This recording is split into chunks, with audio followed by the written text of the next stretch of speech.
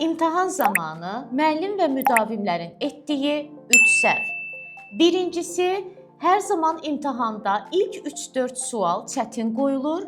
Kim ki özünü idarə etməsi, emosiyalarını idarə etməsi zəifdirsə, həmin dəqiqə motivasiyadan düşür ki, vəssalam, mən bu imtahandan keçmədim və buna kökləndiyinə görə imtahandan zəif nəticə toplayır.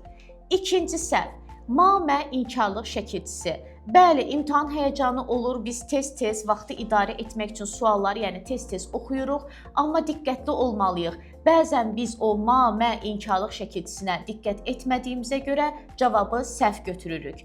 Üçüncüsü, deməli, imtahan zamanı biz sualları diqqətlə oxumuruq, yəni sona kimi oxumuruq.